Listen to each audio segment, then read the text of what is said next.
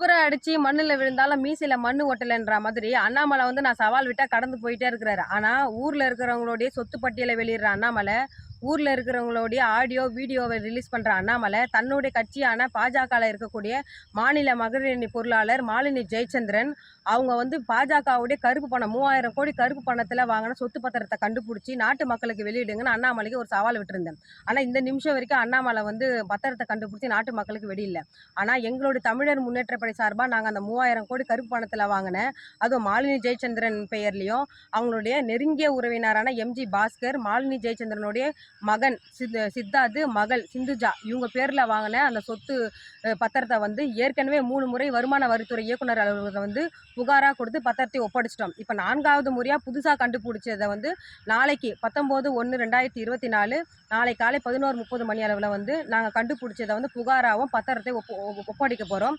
இந்த தகவலை வந்து என்னுடைய சவாலை தோத்து பண்ண அண்ணாமலைக்கும் தமிழ்நாட்டு மக்களுக்கும் தமிழ்நாட்டு ஊடகங்களுக்கும் தெரிவிச்சுக்கிறேன்.